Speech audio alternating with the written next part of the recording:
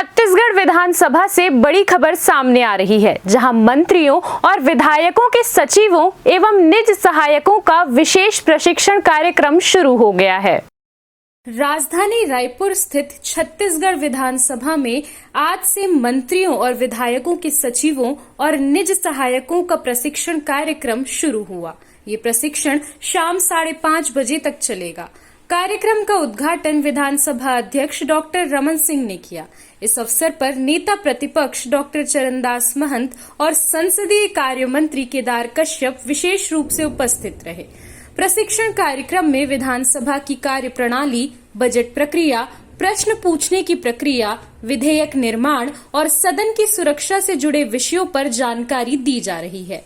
इस मौके पर विधानसभा सचिव द्वारा प्रतिभागियों को संसदीय प्रक्रिया की बारीकियों से अवगत कराया गया। कार्यक्रम में वक्ताओं का उद्बोधन भी हुआ। ऐसे प्रशिक्षण कार्यक्रमों से विधायकों के स्टाफ को संसदीय प्रक्रिया की बेहतर समझ मिलेगी और वे जनप्रतिनिधियों को और अधिक प्रभावी ढंग से सहयोग कर सकेंगे। विधायक को सक्रियता दिखाना चाहिए। विधायक को अपने क्षेत्र के एक एक काम के बारे में जानकारी होनी चाहिए। विधायक को सजग होना चाहिए कि उसके विधायक की प्रायोरिटी क्या है। 300 गांव यदि उसके हैं तो सिर्फ वो 40-50 गांव जाके न रह जाए साल 2 साल 3 साल में।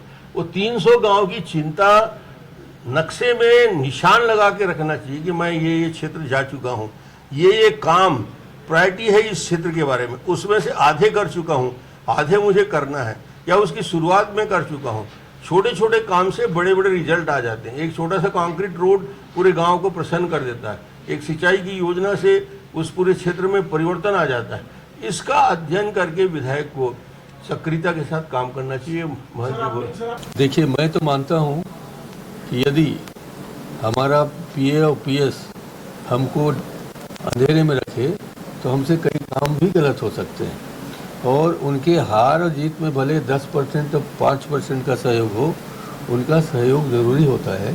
इसलिए मैं डायरेक्ट उनको आरोप तो नहीं लगा रहा हूँ, मगर उनकी भूमिका कितनी महत्वपूर्ण है ये बताना चाहते हैं। घर के बदले दूसरा अगर स्थान दे सकते हैं तो पहले उनको देना चाहिए, उनकी बसाहट हो जाए, उसके बाद विधायकों की बसाहट होनी चाहिए। ये तो प्रशासनिक गलती है भैया कि जो जहाँ गलत ढंग से वितरण हो चुका है या गलत ढंग से हमारे लोग बेजा कब्जा करके बना रहे हैं या शासन ने प्रधानमंत्री आवास के लिए वो जगह दी है तो उसको आवास निगम को, मध्य प्रदेश जो निगम उनका आवास का क्या है संस्था है, उसको अलाट नहीं करना था।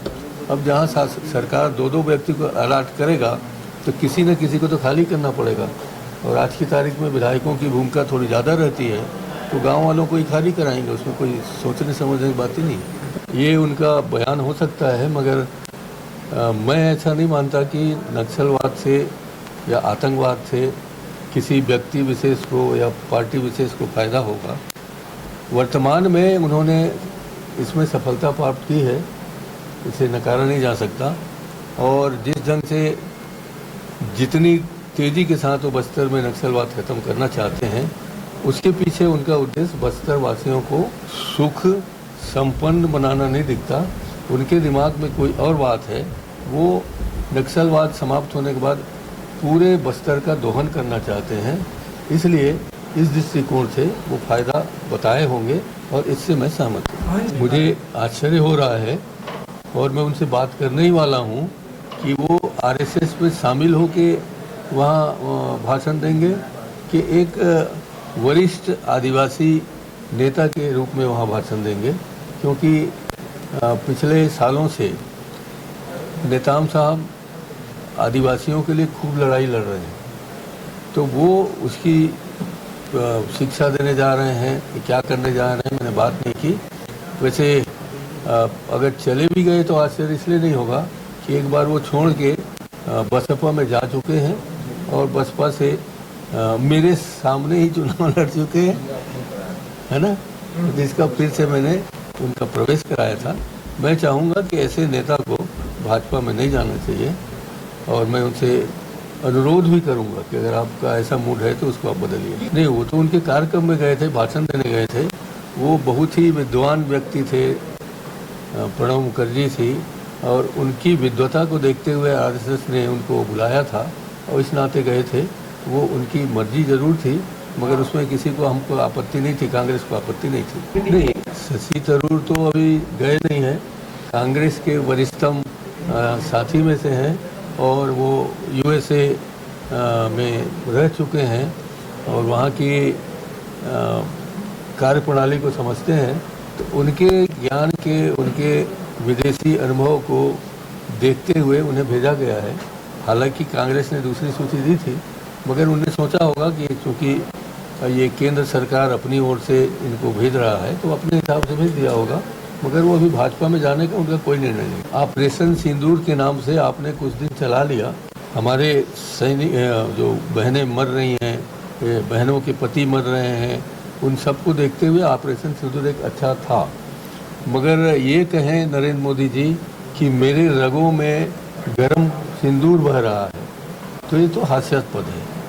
अगर इतना है, सिंदूर से इतना प्रेम है, तो अपने मंत्रियों को कहे कि एक एक दिन सिंदूर लगा के अपने माथे पे आ जाएं। दिक्कत क्या है उसमें? हाईकमान ने कोई इसमें निर्णय नहीं लिया है। हम लोग तो हाईकमान के निर्णय का इंतजार कर रहे हैं। ये घर घर सिंदूर बांटने का औचित्य समझ में नहीं आ रहा है। हर बात को राजनीति, हर बात को चुनाव दृष्टिकोण से देश को नहीं समझाना चाहिए। इसमें काफ़ी लोगों का विरोध है। CCN शार्ट न्यूज़ के लिए ब्यूरो रिपोर्ट।